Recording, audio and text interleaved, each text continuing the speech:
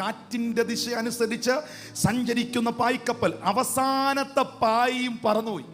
അവിടെ എഴുതിയിരിക്കുന്നൊരു വാക്യമുണ്ട്, പ്രതീക്ഷ മുഴുവൻ അറ്റുപോയി, ആശ നശിച്ചുപോയി.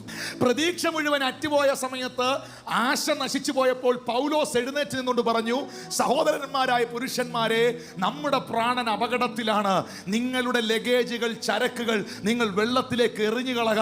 നമ്മുടെ ഷിപ്പും നമ്മളും തകരാൻ പോകുകയാണ്, നാം മരിക്കാൻ പോകുകയാണെന്ന് പറഞ്ഞ മനുഷ്യൻ അന്ന് രാത്രിയിൽ ഈ കാറ്റും തിരയും ഓളവും ഒക്കെ അടിച്ച് ഇളകി നിൽക്കുന്ന ഈശാനമൂലന്റെ നടുവിൽ പോയി മുട്ടുകുത്തി പ്രാർത്ഥിച്ചു. ചിലർക്ക് അങ്ങനെ ഒരു കുഴപ്പമുണ്ട്. ഈശാനമൂലന്റെ നടുവിൽ പുള്ളി പോയി പ്രാർത്ഥിച്ചപ്പോൾ അന്ന് രാത്രിയിൽ യഹോവയുടെ ദൂതൻ പൗലോസിന് പ്രത്യക്ഷമായി പറയുന്നു, പൗലോസെ ഭയപ്പെടേണ്ട, നീയും നിന്റെ കൂടെയുള്ളവരും സേഫാണ്, അവരുടെ ആരുടെയും പ്രാണന് ഹാനി വരികയില്ല.